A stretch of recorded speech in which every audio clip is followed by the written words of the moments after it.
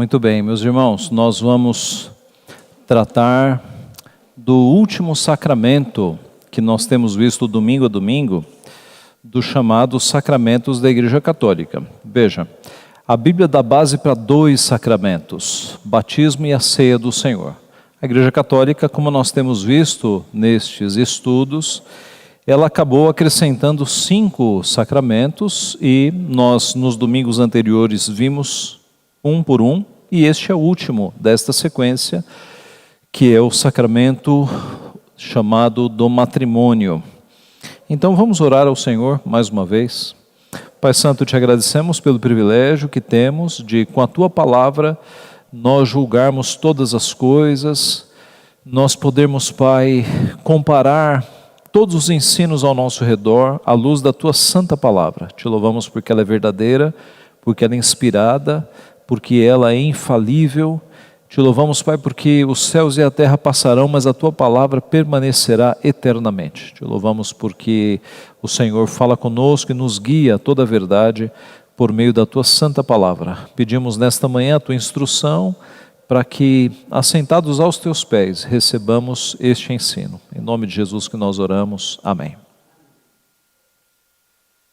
Eu cito aqui João 3,18, quem nele crê não é julgado, o que não crê já está julgado, porquanto não crê no nome do unigênito Filho de Deus. Esse versículo tem uma aplicação com um dos pontos do nosso estudo, que diz que o casamento colabora para a salvação. E a Bíblia diz que a salvação é pela graça mediante a fé. Você não precisa se casar para ser salvo, não é? Coitados dos solteiros, se isso fosse um meio de salvação. Qual será a dinâmica da nossa aula? Nós veremos o erro, né? Eu trouxe aqui trechos do Catecismo Católico, do Código de Direito Canônico, do Catecismo de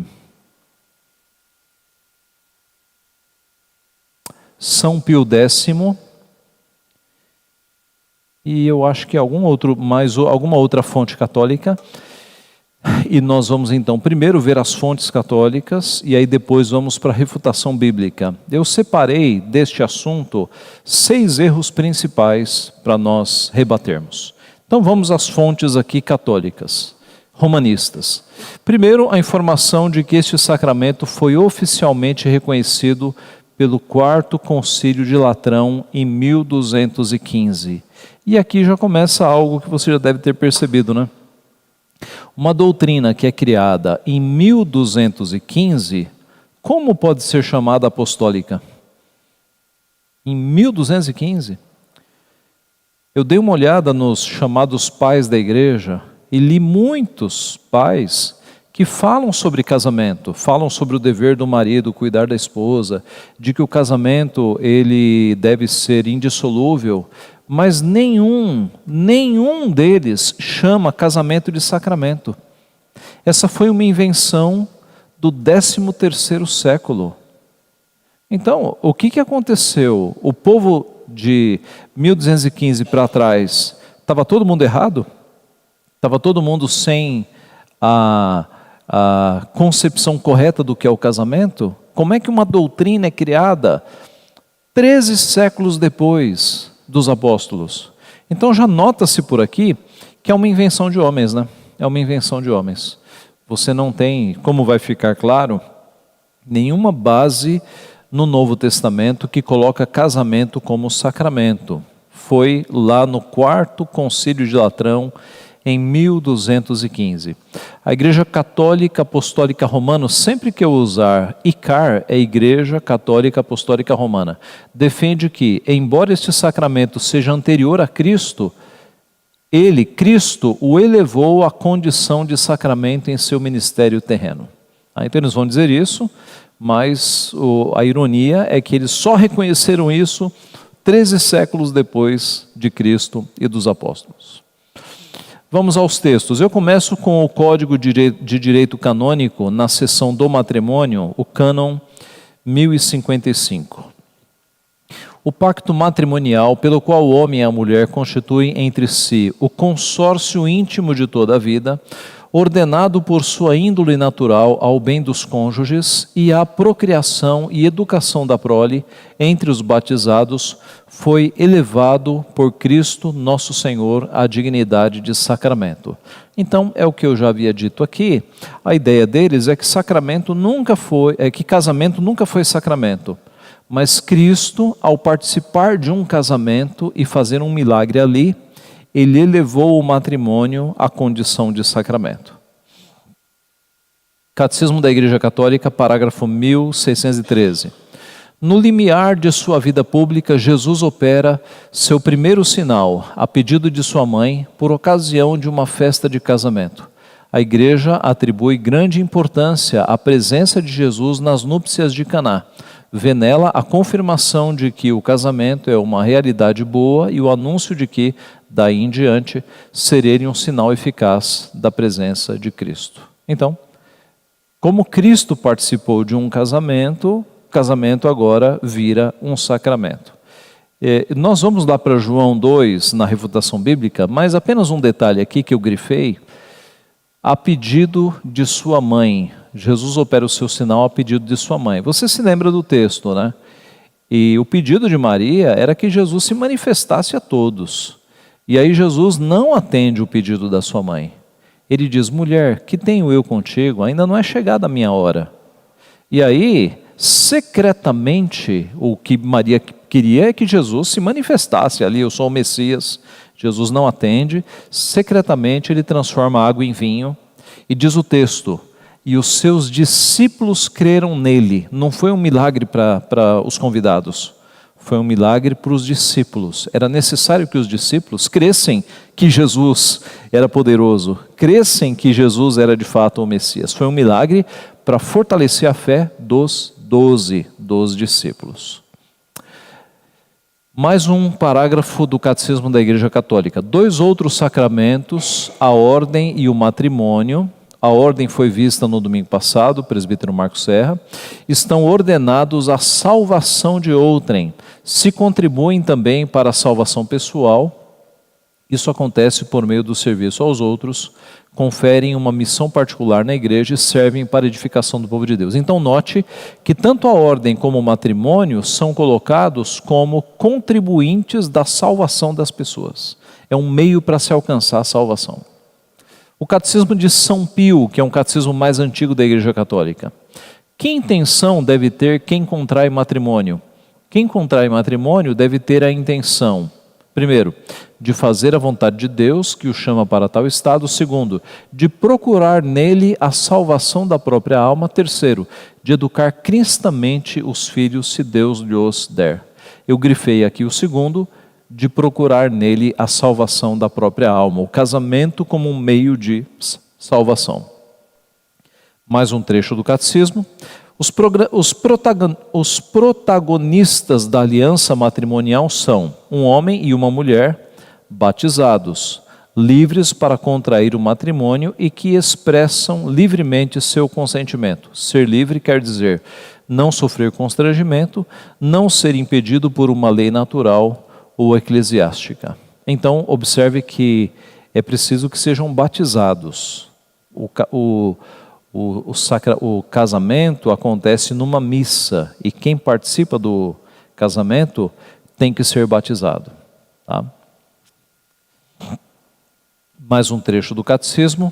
No rito latino, a celebração do matrimônio entre 2 fiéis católicos normalmente ocorre dentro da Santa Missa, em vista de vínculo de todos os sacramentos com o mistério pascal de Cristo. Na Eucaristia se realiza um memorial da nova aliança, na qual Cristo se uniu para sempre à igreja, sua esposa bem-amada, pela qual se entregou. Portanto, é conveniente que os esposos selem seu consentimento de entregar-se um ao outro pela oferenda de suas próprias vidas, unindo-o à oferenda de Cristo por sua igreja, que se torna presente no sacrifício eucarístico, e recebendo a Eucaristia, a fim de que, comungando no mesmo corpo e no mesmo sangue de Cristo, eles formem um só corpo nele.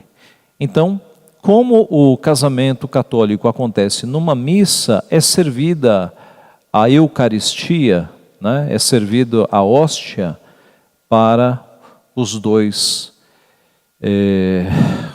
noivos.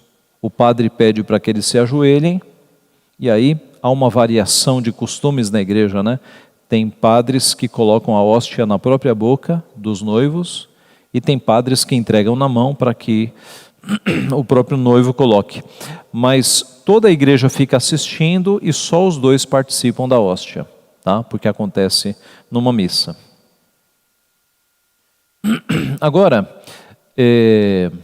um trecho da introdução dos cânones do Concílio de Trento, que aconteceu ali em 1550, 45, 46, né? E aí durou isso, que foi um concílio contra a reforma protestante, tá? Então lá eles tratam sobre isso. Lembre-se de que isso veio desde Latrão, 1215, e agora 300 anos depois eles tocam no ponto também. Isto ensinou o apóstolo São Paulo quando diz: homens, amai as vossas mulheres como Cristo amou a sua igreja e se entregou a si mesmo por ela, acrescentando imediatamente: este sacramento é grande, quero dizer, em Cristo e na igreja, pois como na lei evangélica tem o matrimônio sua excelência em relação aos antigos casamentos, pela graça que Jesus Cristo nos conseguiu. Nós vamos voltar a este trecho, porque eles usam o versículo de Efésios 5:32 como uma suposta base para que o casamento seja sacramento. Eu vou tratar disso daqui a pouco. Ainda em Trento, se alguém disser que o matrimônio não é verdadeiro e propriamente um dos 7 sacramentos da lei evangélica instituído por Cristo nosso Senhor, porém disser inventado pelos homens na igreja e que não confere a graça, seja excomungado. Tá? Era muito comum nas leis católicas, depois de estabelecer a doutrina, ter uma série de itens dizendo: se alguém discordar, será excomungado, se alguém não concordar com isso, será excomungado. Então, há aqueles, veja, Trento, né, está falando dos protestantes. Aos protestantes que dizem que casamento não é sacramento, eles devem ser excomungados.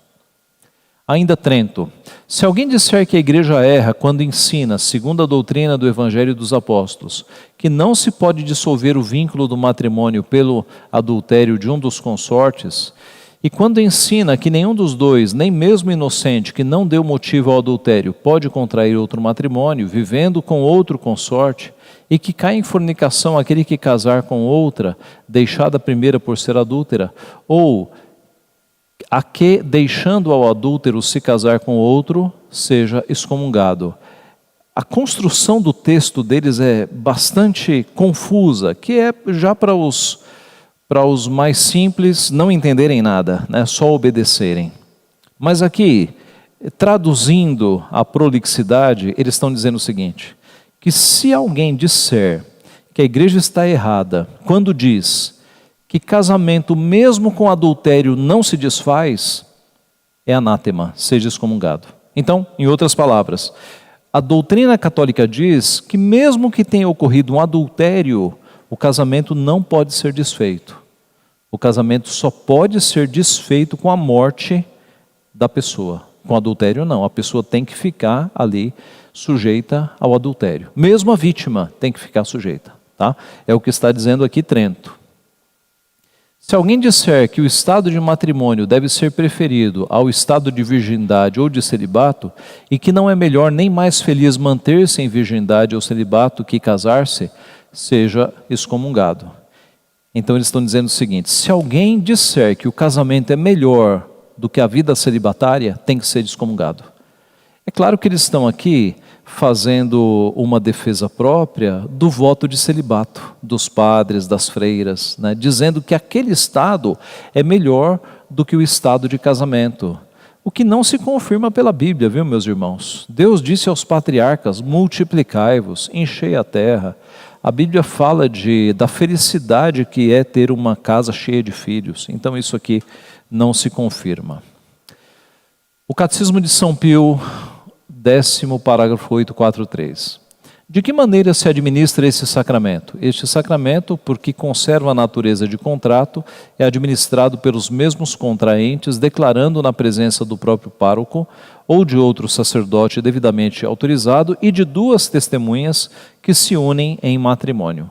Então, o casamento só pode ser realizado na Igreja Católica se tiver noivo e noiva, o celebrante, um pároco, um diácono, em alguns casos, ou bispo, e duas testemunhas. Sem duas testemunhas, no mínimo, o casamento não pode ser realizado. Tá?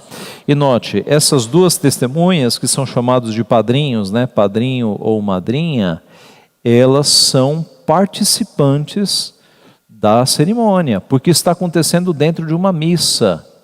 É por isso, meus irmãos, que crentes evangélicos não podem participar de casamentos católicos, porque é um ritual que é feito dentro de uma missa, inclusive com a Eucaristia sendo oferecida ali para os noivos. Tá? Você participando, você está participando do sacramento.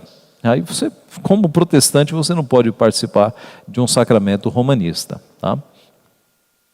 Então, os 6 erros que nós podemos tirar destes parágrafos, que nós vamos ver a partir de agora. Primeiro, a elevação do matrimônio a sacramento feita por Jesus. Segundo, o matrimônio colaborando para a salvação. Terceiro, a participação do casal somente na Eucaristia, na cerimônia. Quarto, o matrimônio válido apenas se for na igreja. Quinto, a ausência de base bíblica para o casamento ser sacramento. E sexto, o matrimônio como totalmente indissolúvel. Vamos ao primeiro, a elevação do matrimônio a sacramento feita por Jesus. Então, a Igreja Católica Apostólica Romana entende que, como Jesus fez um milagre ali no casamento da cidade de Caná, que ficava na Galileia, bodas de Caná da Galileia, né, o casamento lá em Caná, a sua presença por si elevou o casamento à condição de sacramento. Vamos para o texto, João capítulo 2, abra lá comigo. João capítulo 2.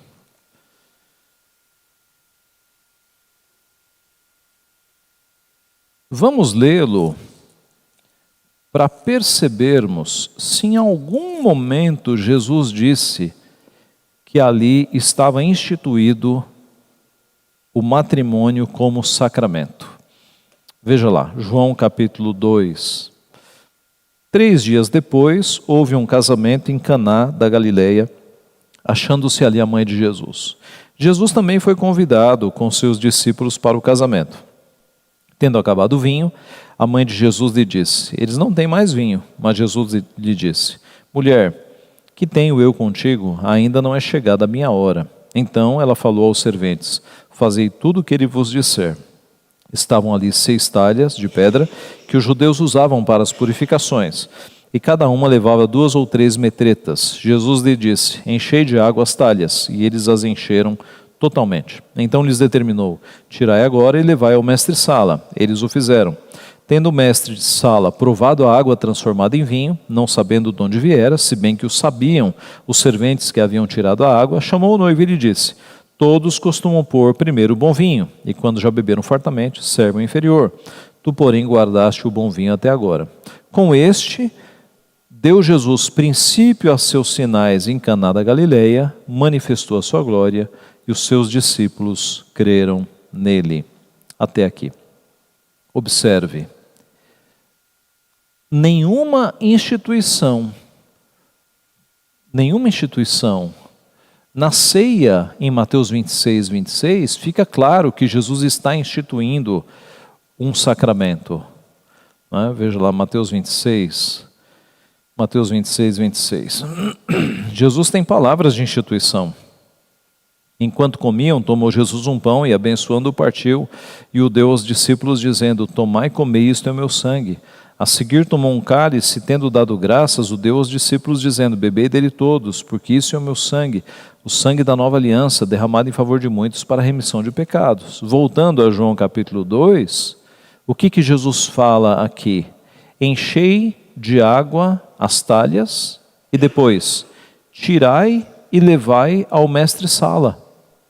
E acabou, sim. E na instituição lá da Santa Ceia, Jesus acrescenta: fazer isso em memória de mim. A ordem é dada para que a partir de ali os discípulos cumpram, tá?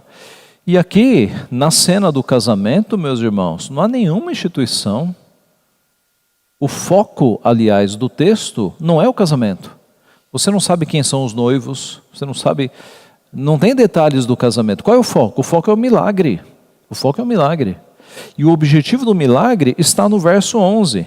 Com este, deu Jesus princípio aos seus sinais em Caná da Galileia, manifestou a sua glória e os seus discípulos creram nele. Se tivesse sido estabelecido um sacramento aqui, nós teríamos: com este, deu início o Senhor Jesus ao sacramento do matrimônio. Não há nenhum registro de sacramento aqui. Uma outra conclusão: se a simples presença de Cristo institui a ocasião em sacramento, porque é o caso aqui, né? O fato de Jesus estar num casamento fez com que o casamento fosse elevado à condição de sacramento. Então, se a simples presença de Cristo institui a ocasião em sacramento, deveríamos instituir a pescaria como sacramento. Não é? Quantos milagres Jesus fez em pescarias? Mais do que em casamento, né? Em casamento foi um só.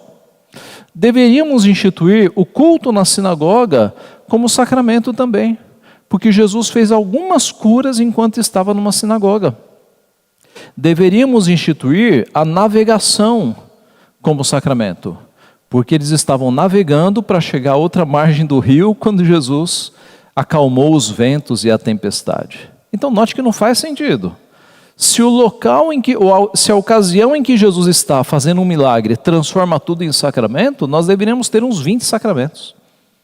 Tá? Não faz sentido.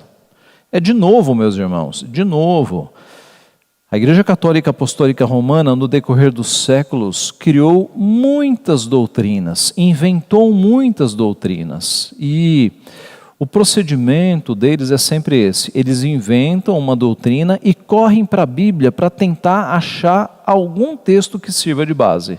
Tá? Geralmente esse é o procedimento. Aliás, o que são sacramentos? Né? Se o casamento é sacramento, qual é a definição de sacramento? E aqui eu uso a Confissão de Fé de Westminster. Eles disseram: os sacramentos são santos sinais e selos do pacto da graça, imediatamente instituídos por Deus, para representar Cristo e seus benefícios e confirmar o nosso interesse nele, bem como para fazer uma diferença visível entre os que pertencem à Igreja e o restante do mundo, e solenemente comprometê-los no serviço de Deus em Cristo, segundo a sua palavra. Há em cada sacramento uma relação espiritual ou união sacramental entre o sinal e a coisa significada. Por isso, os nomes e efeitos de um são atribuídos ao outro. O que é isso? O sinal e a coisa significada. O sinal do batismo é a água, e a coisa significada é a união com Cristo, a regeneração. O sinal da ceia é o pão e o vinho. O sinal é o que nós vemos. A coisa significada, no caso da ceia, é a nossa comunhão com Cristo, a recepção dos benefícios da morte de Cristo, é o espiritual. Tá? Agostinho definiu que o sacramento é um sinal visível de uma graça invisível. É um sinal visível, nós estamos vendo a água, o pão e o vinho, de graças invisíveis. Ninguém vê a regeneração, ela é espiritual. A união com Cristo, a santificação, são coisas espirituais. Sendo assim, perguntamos: onde está a graça invisível do matrimônio? Onde é que está a graça? Qual seria a graça invisível do matrimônio? E os solteiros? Não tem essa graça? Os sinais dos sacramentos, aliás, meus irmãos, este é um ponto que me ocorre agora. Os sacramentos do Antigo Testamento, eles são mais elaborados à vista e menos eficientes. Por quê? Eles têm limites. A circuncisão tinha um limite. Só quem fazia circuncisão era menino, por motivos óbvios. Tá? A ceia, ela era reservada a Israel. Então havia limites nos sacramentos. Eles tinham mais glória externa, mas eles não eram tão eficientes. Os sacramentos no Novo Testamento, o batismo e a ceia, eles têm menos glória externa, eles são mais simples, mas eles são mais eficientes. O batismo no Novo Testamento não é só para menino, o batismo é para homem e mulher. A ceia no Novo Testamento não é só para Israel, é para todos os povos. Então, a confissão de fé fala disso em outro parágrafo, que embora haja menos glória externa nos sacramentos do Novo Testamento, eles são mais abrangentes, mais eficientes. Tá? Agora, eis que a Igreja Católica Apostólica Romana criou um sacramento que só participa quem é casado. E os solteiros? Eles não vão poder ter essa graça? Percebe como há algo de muito errado aqui? Os sinais dos sacramentos verdadeiros são água, pão e vinho. E qual é o sinal do casamento? O anel? O anel foi criado no 9º século. Não pode ser o anel. O anel é uma coisa que, nos casamentos dos tempos bíblicos, não tinha troca de anel. Isso é um costume nosso. Né? É um costume nosso. Não havia troca de anel ali no Novo Testamento. Tá? Então, é um sacramento sem sinal externo. Não é um sacramento se não tem sinal externo. A coisa significada ou graça invisível do batismo é a união com Cristo, a regeneração, a remissão dos pecados. A coisa significada da ceia é a comunhão com Cristo e a recepção de todos os benefícios de sua morte. Mas qual é a coisa significada recebida no casamento? E os solteiros estão privados desta graça? Nota-se que o matrimônio não possui as marcas de um sacramento. Tá? Segundo erro, o matrimônio colaborando para a salvação. A Igreja Católica Apostólica Romana defende que o matrimônio contribui para a salvação pessoal e que quem contrai o matrimônio deve ter a intenção de procurar nele a salvação da própria alma. Nem precisa de muita refutação a este ponto, né, gente? Você usar o casamento como meio de se alcançar a salvação. Mas não é dispendioso nós mostrarmos que a salvação não é por obras ou por sacramentos, mas pela graça de Deus, mediante a fé. O bandido na cruz não teve chance de participar de nenhum sacramento e foi salvo. Foi salvo, estando na cruz. Então veja, porque pela graça sois salvos mediante a fé. Isto não vem de vós, é dom de Deus, não de obras, para que ninguém se glorie. Pela graça, mediante a fé. Porque Deus amou ao mundo de tal maneira que deu seu Filho unigênito para que todo o que nele crê não pereça. Fé. Não precisa de obras, não precisa de sacramentos. Fé. Não pereça, mas tenha a vida eterna. Quem nele crê não é julgado. O que não crê já está julgado, porquanto não crê no nome do unigênito Filho de Deus. Salvação pela fé, não por coisas que nós fazemos. Depois, trazendo-os para fora, disse: Senhores, que devo fazer para que seja salvo? Responderam-lhe: Crê no Senhor Jesus e serás salvo tu e a tua casa. E lhe pregaram a palavra de Deus e a todos de sua casa. Naquela mesma hora da noite, cuidando deles, lavou-lhes os vergões dos açoites. A seguir foi ele batizado e todos os seus. E ele foi salvo, não foi porque foi batizado, ele foi salvo porque creu. E aí ele recebeu o selo, o sinal de que ele estava salvo, que é o batismo. Mas a todos quantos o receberam, deu-lhes o poder de serem feitos filhos de Deus, a saber, os que creem no seu nome, os quais não nasceram do sangue, nem da vontade da carne, nem da vontade do homem, mas de Deus. Quem? Os que creem no seu nome, fé. Em verdade vos digo, quem ouve a minha palavra e crê naquele que me enviou, tem a vida eterna, não entra em juízo, mas passou da morte para a vida. Salvação pela graça mediante a fé. Por isso, quem crê no Filho tem a vida eterna. O que todavia se mantém rebelde contra o Filho não verá a vida, mas sobre ele permanece a ira de Deus. Concluímos, pois, que o homem é justificado pela fé, independentemente das obras da lei.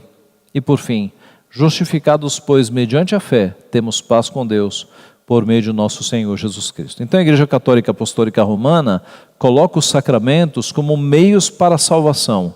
A Bíblia coloca a fé somente como meio para se alcançar a salvação.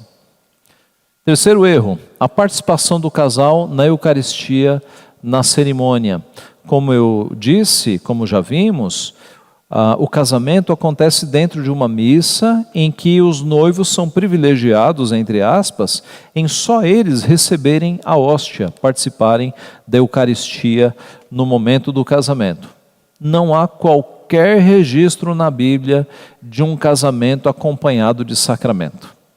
Nenhum registro de um casamento acontecendo e uma circuncisão acontecendo, ou uma Páscoa acontecendo, ou um batismo, ou uma ceia. Isso não existe na Bíblia. Casamento acompanhado de sacramento verdadeiro. A ceia é um rito em que todos os presentes no culto participam ao redor da mesa, conforme o estabelecimento em Mateus 26 e a repetição em 1 Coríntios 11. A ceia é um sacramento em que todos participam. Todos os membros da igreja participam da ceia. Eu não posso fazer uma ceia particular, né? Mesmo quando o conselho da igreja vai levar a ceia na casa de alguém que está doente, não pode só o pastor chegar lá e entregar os elementos. O conselho faz-se um culto para configurar igreja e culto, e aí serve os elementos. Não pode ser algo sozinho. A igreja tem que estar presente e tem que ser feito dentro de um culto.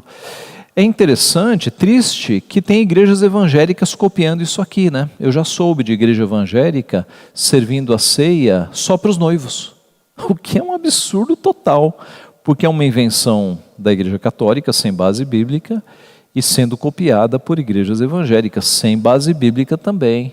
A ceia é quando todos estão participando do mesmo pão e do mesmo vinho, do mesmo cálice, reunidos ao redor da mesa. A ordem bíblica, aliás, é que os crentes esperem todos chegarem a fim de que ninguém coma primeiro do que os outros. Veja lá 1 Coríntios 11, verso 33. Porque estava havendo esse problema em Corinto, né? Os mais ricos chegavam, comiam tudo, e quando os pobres chegavam, não tinha mais nada, passavam fome. E aí Paulo fala, se alguém tem fome, come em casa. E no verso 33, assim, pois, irmãos meus, quando vos reunis para comer, esperai uns pelos outros. É para todo mundo participar. É para todo mundo participar, não apenas os noivos. O quarto erro.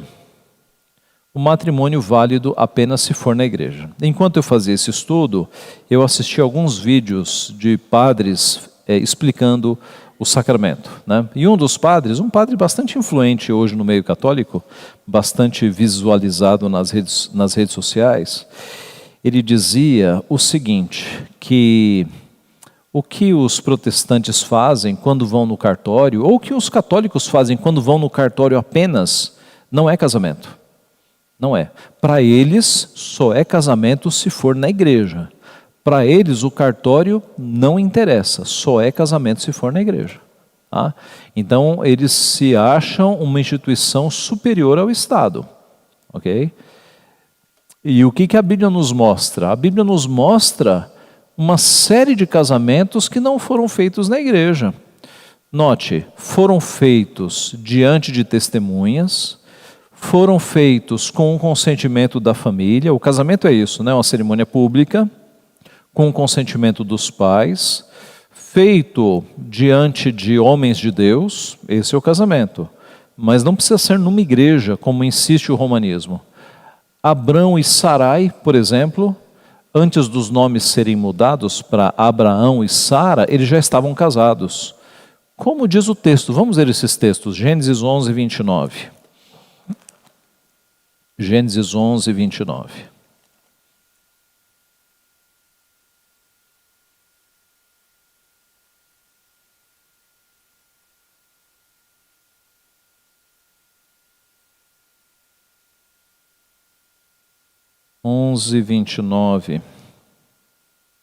Abrão e Naor tomaram para si mulheres. A de Abrão chamava-se Sarai, a de Naor Milca, filho de Arã, e que foi pai de Milca e Isca. Aqui Abrão casou-se com Sarai antes de receber o chamado de Deus, né? Casaram-se ainda no paganismo, mas não há nenhuma menção a ritual. Tomou como esposa, é o que nós temos aqui em informação.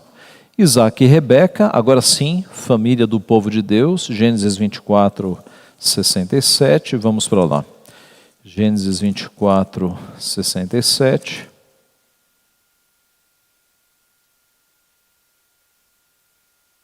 Isaac conduziu-a até a tenda de Sara, mãe dele, e tomou a Rebeca, e esta lhe foi por mulher. Ele a amou, assim foi Isaac consolado depois da morte de sua mãe. Então, nenhuma menção a um ritual em alguma instância religiosa ali. Jacó e Raquel, Gênesis 29, 28.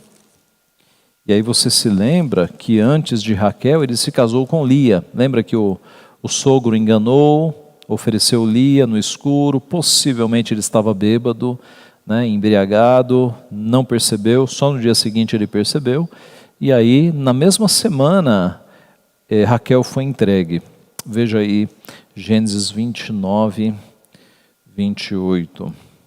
Concordou Jacó e se passou a semana desta. Então Labão lhe deu por mulher Raquel, sua filha. Então passou a semana, ele recebe Raquel, mas cumpre a palavra e trabalha mais 7 anos por causa de Raquel. Tá? Boaz e Ruth, Ruth 14, 13. Ruth 4, 13. Ruth 4, 13. Josué, Juízes, Ruth. Josué, Juízes, Ruth.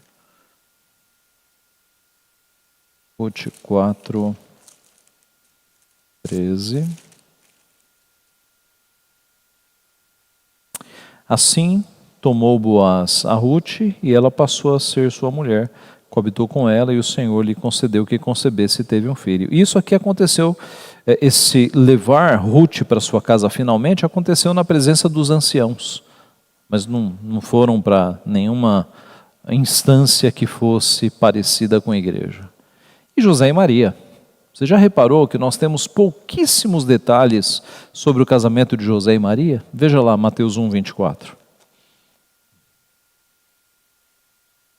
Se casamento fosse sacramento, eis um belo texto para Deus instituir. Olha, José e Maria se casaram. Seria um belo registro, né? Para dizer, olha aí o sacramento. Você não tem detalhes. Mateus 1, 24. Despertado José do sono, fez como lhe ordenara o anjo do Senhor e recebeu sua mulher. Contudo, não a conheceu enquanto ela não deu à luz um filho, a quem pôs o nome de Jesus. Aqui já casamento e vida conjugal, já entrou. Né? E sem detalhes do casamento. Então, se casamento fosse um sacramento, nós teríamos textos claros instituindo como sacramento. O casamento foi... o erro... O matrimônio é válido apenas se for na igreja. O casamento foi instituído como bênção para a humanidade e não apenas para a igreja. Deus instituiu o Deus instituiu o casamento desde Adão e Eva como uma bênção para a humanidade. E esta frase aqui, sede fecundos, multiplicai-vos, enchei a terra, ela se repete ali nos inícios, né? Aqui no caso foi para Noé e seus filhos, em Gênesis 9, 1.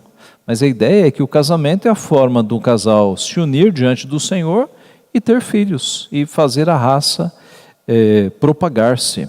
Então, é uma bênção para a humanidade, não é apenas para a igreja. Quinto erro da igreja: a ausência de base bíblica para ser sacramento. E aqui nós temos algo muito interessante. A base bíblica utilizada pela Igreja Católica Apostólica Romana para dizer que o matrimônio é sacramento é Efésios 5, 31 e 32. Como é que está na nossa Bíblia? Eis porque deixará o homem a seu pai e a sua mãe e se unirá à sua mulher e se tornarão os dois uma só carne. Grande é este mistério, mas eu me refiro a Cristo e à igreja. Onde é que a gente vê sacramento aqui? Resposta: na Vulgata Latina, que foi a tradução que Jerônimo fez para o latim da Bíblia. A palavra grega, mysterium, grande é este mistério. Parece português, né, o grego, mysterium, mistério. Foi traduzida para sacramentum. Assim, assumiu-se que o casamento é um sacramento. Sim, Denise?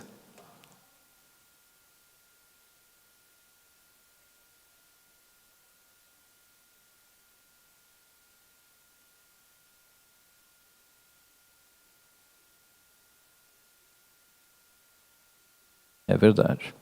E mais do que isso, Denise, a Bíblia diz, Paulo diz em 1 Coríntios, que o corpo do marido não pertence à mulher e o corpo da mulher não pertence ao marido. Aliás, o corpo da mulher pertence ao marido e o corpo do marido pertence à mulher. Para que eles tenham relacionamento. A Igreja Católica Apostólica Romana diz que Maria nunca teve relação com José, ela foi sempre virgem. Então Maria quebrou 1 Coríntios, se isso aconteceu. Porque José, embora casado, foi um marido triste, porque nunca teve relacionamento com Maria. Então, Maria é santa, como é que ela está quebrando 1 Coríntios? Então nota-se que esta versão que a Igreja Católica fez não é real. O texto diz que Maria não teve relações até que nasceu Jesus. O que é entendido? Que depois que nasceu Jesus, ela teve vida normal de casada. Acresça-se a isso a menção a irmãos de Jesus, que a Igreja Católica vai dizer que são primos, mas é claramente dito que eram irmãos de Jesus. Especialmente quando há um trecho em que Maria e os irmãos de Jesus vão procurar Jesus e ele está reunido de pessoas. E aí ele diz, quem é minha mãe e meus irmãos, senão aqueles que fazem a minha vontade? Ué, o que Maria estaria fazendo cercada de primos de Jesus? Não faz sentido. Maria estava com os filhos. É dito que nem os irmãos de Jesus o reconheceram num primeiro momento. Mude isso para primos e perde totalmente a força. Tá? Então, Maria, ela foi virgem até o nascimento de Cristo. Depois do nascimento de Cristo, ela cumpriu as suas funções de esposa para com José, que é a vontade de Deus para o casamento. Tá? Então note, a Igreja Católica traduz Efésios 5,32 como grande é este sacramento, mas eu me refiro a Cristo e à Igreja, e assim assume que casamento é um sacramento.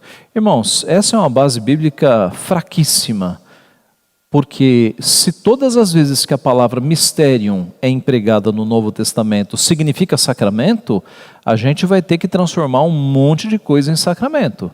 Vamos ver alguns textos? 2 Tessalonicenses 2,7. A palavra grega, a mesmíssima palavra, aparece aqui também. 2 Tessalonicenses 2,7.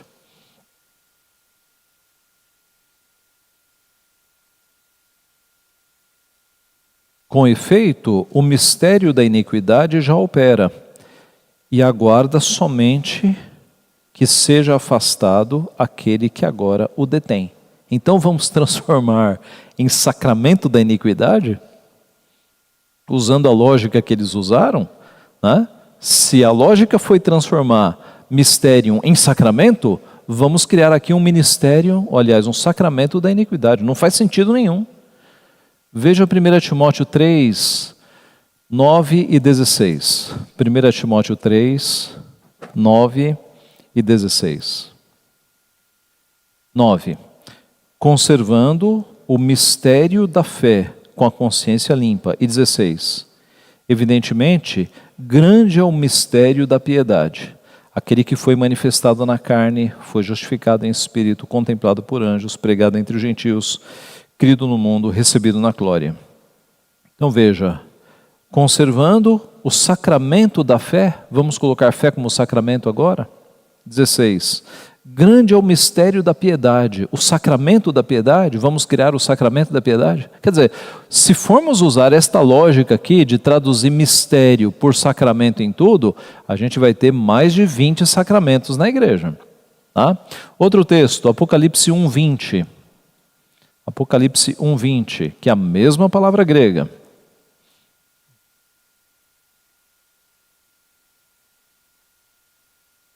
Apocalipse 1:20. Quanto ao mistério das 7 estrelas que viste na minha mão direita e aos 7 candeeiros de ouro, as 7 estrelas são os anjos das 7 igrejas e os 7 candeeiros são as 7 igrejas.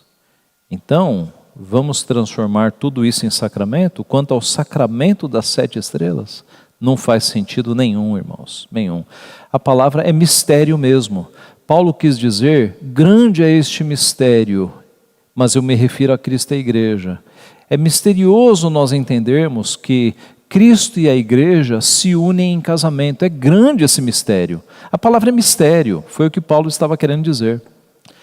A Igreja Católica, como sempre, pega um termo e puxa para dar base para o seu argumento. Apocalipse 17, sim.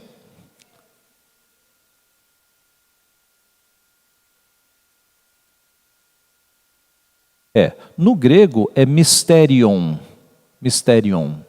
que é quase igual ao português, né? Em português, nós pegamos a palavra grega e só ajeitamos, tá? E é grego porque a gente está aqui no Novo Testamento sempre, tá?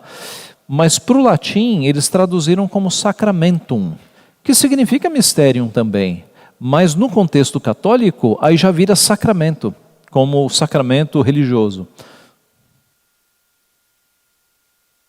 E como nós já vimos, né, o Jerônimo e a equipe dele lá, eles cometeram uma série de equívocos graves na tradução da Vulgata, tanto assim que talvez uma das razões que moveu, né, que Deus fez mover a reforma foi as novas traduções, pegando os textos originais que foram disponibilizadas naquela época, né? E agora a colocação do mistério é bom nós lembrarmos, né, a expressão lá que acho que já foi visto em aulas anteriores. Mistério é alguma coisa real não interpretada, não revelada. Não significa que é alguma coisa que não existe, alguma coisa inexistente. Então o mistério aí, como nós estamos vendo, é alguma coisa lá do casamento, como é que é essa relação de Cristo com a igreja, é algo não revelado, né? Não é alguma coisa assim que ninguém sabe ou que não existe, né? Sim, que Deus não revelou ainda, né? É verdade. Então esse é o sentido. E veja, de fato nós, vez por outra, estamos citando essa tradução de Jerônimo, que foi uma tradução mal feita, né? Mal feita. A questão do arrependimento, por exemplo, que nós já vimos, eles traduziram por penitência, quando arrependimento é mudança de mente, metanoia. Então há uma série de equívocos nessa tradução e a Igreja Católica ela pegou tudo isso para si. O último texto é Apocalipse 17, 5 e 7. Apocalipse 17, 5 e 7.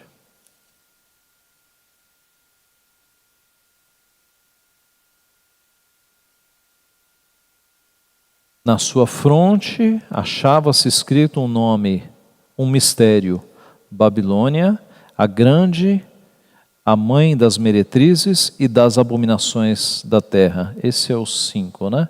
E o 7. O anjo, porém, me disse, por que te admiraste? Dir-te-ei o mistério da mulher e da besta que tem as 7 cabeças e os 10 chifres e que leva a mulher. Então note, não faria sentido nenhum nós traduzirmos tudo isso aqui como sacramentos, né? Nenhum. A palavra é mistério mesmo. Sexto e último erro da igreja no que diz respeito ao matrimônio. O matrimônio como totalmente indissolúvel, só a morte dissolve. A doutrina da Igreja Católica Apostólica Romana estabelece que não se pode dissolver o vínculo do matrimônio pelo adultério de um dos consortes. Nem mesmo inocente que não deu motivo ao adultério pode contrair outro matrimônio. Então note, isso contraria frontalmente palavras de Cristo. Observe. Também foi dito, aquele que repudiar sua mulher, dê-lhe carta de divórcio. Eu, porém, vos digo, qualquer que repudiar a sua mulher, exceto em casos de relações sexuais ilícitas, a expõe a tornar-se adúltera. E aquele que casar com a mulher comete adultério. Vocês viram uma exceção? Jesus deu a exceção. Não pode repudiar a mulher por motivo nenhum, exceto no caso de relações sexuais ilícitas, exceto no caso de adultério. Percebe? Cristo disse que no caso de adultério é possível romper o contrato. Tá? Sim, Silvana. Então, reverendo, é uma coisa muito triste, porque o romanismo demonstra, mais uma vez, né, que eles não estão ligando para o arrependimento das pessoas. O casamento é indissolúvel, se tem adultério ou não, não interessa. Quer dizer, não estão ligando para arrependimento sincero. Né? E nós temos relatos históricos, né, interessantes. Por exemplo, Henrique VIII, lá na Inglaterra, é claro que Henrique VIII não era padrão de piedade de jeito nenhum, né? Mas só um fato curioso aqui da história. Henrique VIII, o rei da Inglaterra, queria divorciar-se da sua esposa porque a esposa não lhe dava um herdeiro masculino ao trono. E aí ele contratou alguém para tentar, um religioso, para tentar resolver essa situação. A Igreja Católica não admitia divórcio em nenhum sentido, de nenhuma forma. Ele acabou rompendo com a Igreja Católica para criar a Igreja Anglicana, que existe até hoje, né, cujo chefe da igreja é o próprio rei da Inglaterra. Então, houve muitas questões ligadas a este ponto, de que a igreja não aceita divórcio de jeito nenhum, mesmo que que o teu marido ou a tua esposa sejam adúlteros. A Igreja Católica não aceita divórcio de jeito nenhum. Sim.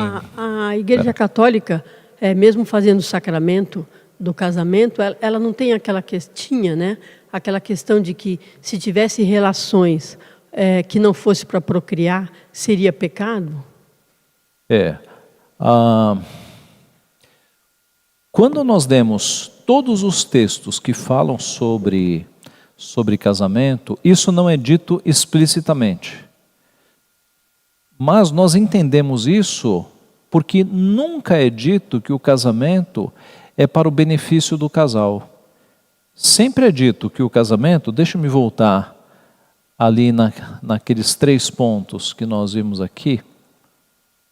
Aqui, olha para que é o matrimônio. Fazer a vontade de Deus, procurar nele a salvação da própria alma e educar cristamente os filhos, se Deus lhes der. Então, nas definições todas de documentos católicos, casamento é para fazer a vontade de Deus e para ter filhos, para procriar. Quando nós vamos para os escritos dos reformadores, nós temos o elemento da felicidade, é para a felicidade do casal. A Igreja Católica tem um problema com o sexo, viu? Tem um problema com o sexo. Eu tenho percebido isso. Por quê? Por que Maria tem que ser sempre virgem? A Bíblia não mostra que dentro do casamento o sexo é permitido? Que fixação é essa que Maria tem que ser sempre virgem? Ela não seria santa se dentro do casamento tivesse relações? É claro que ela seria. Por que a igreja obriga os seus padres e freiras a serem celibatários? E aí o que acontece? Acontece o que a gente está vendo, padres pedófilos, padres envolvidos em escândalos sexuais, porque é contra a natureza.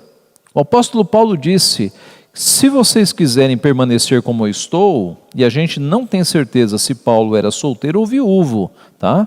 A Bíblia não diz. Eu tendo a crer, mas eu não tenho base bíblica para falar, mas eu acho que a tendência maior é que Paulo fosse viúvo, porque dificilmente um solteiro ocuparia os cargos que Paulo ocupou no judaísmo, tá? Mas isso é uma perspectiva minha, um dia a gente vai perguntar para Paulo, ok? Pessoalmente. Agora, o fato é que Paulo diz, seria bom que vocês permanecessem como eu estou, sem mulher, porque aí vocês teriam mais tempo para dedicar-se ao Pai. Todavia, se vocês não aguentarem, se casem, porque é melhor casar do que viver abrasado. Então, a palavra de Deus nos diz. Agora você vai para a Igreja Católica, que obriga todos os homens e mulheres que trabalham para eles a não constituir casamento. Aí o que acontece? Imoralidade escondida. É isso que acontece. Então, a Igreja Católica tem esse assunto mal resolvido com a questão sexual. Sim, presbítero. E esse negócio de celibato da Igreja Católica, na própria igreja lá, deixa bem claro que celibato não é abstinência. A celibato é não casar. Então, o celibato para a Igreja Católica é proibir o casamento, não há impedimento dos padres terem relações sexuais. É só pedir perdão para um colega lá de fraternidade, que ele é obtido. Então, celibato no catolicismo não significa abstinência sexual. Uhum. Aí, inclusive, outro ponto é que para resolver a questão da separação à conveniência, lá no Henrique VIII, né, poderia dar a solução papista, que era anular o casamento, porque a Igreja Católica realmente não permite a dissolução do casamento. Então, a solução romanista é anula o casamento e o Papa tem autoridade para fazer isso. É de fato, se eles encontrarem algum resquício que, por exemplo, relações familiares muito próximas, eles podem anular o casamento, né? Ou então, se constatar que um dos dois não era batizado, eles podem anular o casamento. Então, eles têm lá uns subterfúgios para anular o casamento, mas o casamento não pode ser dissolvido. O contrato pode ser anulado se encontrar um erro prévio, mas não dissolvido. Voltando aqui, outro texto que contraria o ensino deles. 1 Coríntios 7,15. Paulo está falando que quando alguém se casa com um não crente, e este não crente consente em viver com ele, não é contra a fé, que não se separe. Mas aí na sequência vem: mas se o descrente quiser apartar-se, que se aparte. Em tais casos, não fica sujeito à servidão, nem o irmão nem a irmã. Deus os tem chamado à paz. Então a recomendação é, veja, há um casal de não crentes, um deles se converteu. Se o não crente aceitar conviver, não se separe. Agora, se o não crente disser, não, eu não fico casado com um cristão de jeito nenhum, e quiser se separar, que se separe. Em tais casos, não fica sujeito à servidão, nem o irmão nem a irmã. O que é isso? Pode casar-se de novo. É o que nós chamamos aqui de uma deserção irremediável. Então a igreja presbiteriana e as igrejas reformadas, usando esses dois textos, ela dá duas possíveis causas para um divórcio. Primeiro, o adultério, e segundo, uma deserção obstinada. O que é uma deserção obstinada? Esse marido que não é crente, ele disse, eu não fico em casa de jeito nenhum. Entra o conselho da igreja para tentar aconselhar esse marido. Fala, fique com ela, tal, ela é submissa. Mas se for obstinado e irremediável, ele sai e a vítima, seja a esposa ou seja o marido, que foi abandonado, ele não fica à sujeição, ele está livre para se casar. Sim, Leda? Perto desse texto aí, desse último, que fala que o descrente casado com o crente, ele fica santificado, é isso? Sim, os filhos são santificados num relacionamento em que apenas um dos dois é crentes. Os filhos ou o cônjuge? Os filhos, mas vamos abrir lá. 1 Coríntios 7. Não, o marido também, é o verso 14. Porque o marido incrédulo é santificado no convívio da esposa, e a esposa incrédula é santificada no convívio do marido crente. De outra sorte, os vossos filhos serão impuros, porém agora são santos. Veja, não é santificado como um cristão é santificado pela operação do Espírito Santo. Mas a ideia é que, por influência de um cônjuge crente, pelo convívio com o crente, a vida deste incrédulo vai ser um pouco menos pecaminosa do que se ele tivesse casado com um não crente. Essa é a ideia, né? Os procedimentos de um marido ou de uma mulher cristã acabam influenciando esse lar. E aí este não crente acaba recebendo um pouco de influência de santificação, né? É nesse sentido. Muito bem. Então, concluindo, meus irmãos, Na antiga aliança, matrimônio não era sacramento, como nós vimos, né? Nenhum dos textos do Antigo Testamento mostram que casamento é sacramento. Você tem 2 sacramentos no Antigo Testamento, circuncisão e Páscoa, só esses 2. A participação de Jesus em uma festa de casamento não constitui base para tornar o matrimônio em sacramento. O matrimônio não ajuda na salvação, visto que ela não é por obras, mas pela graça mediante a fé. A exclusividade do casal na participação da Eucaristia não tem base bíblica e se constitui em erro, pois a ceia deve ser tomada por todos os membros presentes ao culto. O matrimônio é uma bênção para a humanidade, não só para a igreja. Não há base bíblica para considerar o matrimônio em sacramento. E o adultério e a deserção irremediável são condições permitidas por Deus para divórcio e novo casamento. É certo, irmãos, que a igreja sempre, o conselho de uma igreja, sempre vai lutar pelo casamento, né? Mesmo no caso de uma questão de adultério, a gente sempre vai trabalhar para que o casamento seja consertado, restaurado, mas há casos em que não há arrependimento de quem errou, e aí a vítima não pode ficar presa por algo que ela não cometeu. Tá? É a orientação que nós temos da Bíblia. Nós encerramos aqui e fiquem à vontade para perguntas, se alguém tiver, de tudo que nós vimos, de algum slide que ficou lá para trás, fique à vontade para perguntar. Tudo claro? Tudo bem? Então vamos orar. Pai Santo, nós te agradecemos porque a Tua palavra é de fato uma luz que ilumina os nossos caminhos, uma lâmpada para os nossos pés. Te louvamos porque tudo que o Senhor quis que nós soubéssemos foi revelado nas Escrituras. Te louvamos porque podemos ter o auxílio do Teu Santo Espírito para entendermos a Tua palavra. Te louvamos porque o Senhor não nos deixa sozinhos neste mundo, mas nos dirige pela Tua Santa Palavra, Pai. Te louvamos por isso, te louvamos porque a igreja é do Senhor e o Senhor opera na Tua igreja por meio da Tua Palavra. Nós te louvamos por isso e te pedimos que nos dê a graça, ó Pai, a paciência, a longanimidade e o amor por aqueles que estão em igrejas que não têm seguido a Tua palavra, como nós vimos hoje, Pai. Tem misericórdia dos Teus eleitos que ainda estão no romanismo. Ó Pai Santo, usa-nos como aqueles que podem dar as Bíblias e explicar a Bíblia para aqueles que ainda estão nas trevas, sendo oprimidos, ó Pai, por tanta opressão, por tantas doutrinas de homens, doutrinas que não visam glorificar o Teu nome, Pai. Abençoa-nos para que sejamos instrumentos úteis nas Tuas mãos. Aproveitemos as oportunidades para distribuir a Tua palavra. É o que nós pedimos e agradecemos, em nome de Jesus. Amém.